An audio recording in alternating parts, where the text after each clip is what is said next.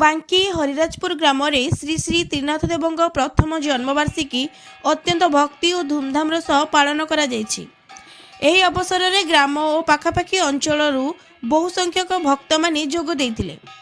ଏହି ଉତ୍ସବରେ ଚକ୍ରଧର ନାୟକ, ପୂର୍ଣ୍ଣଚନ୍ଦ୍ର ନାୟକ, ବସନ୍ତ ପିରୋଇ, ବିକ୍ରମ ପିରୋଇ ଓ ନିତ୍ୟାନନ୍ଦ ପିରୋଇ ମୁଖ୍ୟ ଭାବେ ଦାୟିତ୍ୱ ନେଇଥିଲେ।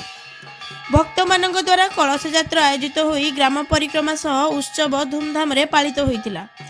ଏହି ଧାର୍ମିକ ମେଳା 3 ଦିନ ଧରି ଚାଲିବ ଏବଂ 24 ଜାନୁଆରୀ 2026 ସନ୍ଧ୍ୟା ବେଳେ ପ୍ରସାଦ ସେବନ କରାଯିବ। ଗ୍ରାମବାସୀମାନେ ଏହି ଉତ୍ସବକୁ ସଫଳ କରିବା ପାଇଁ ସମ୍ପୂର୍ଣ୍ଣ ସହଯୋଗ କରୁଛନ୍ତି।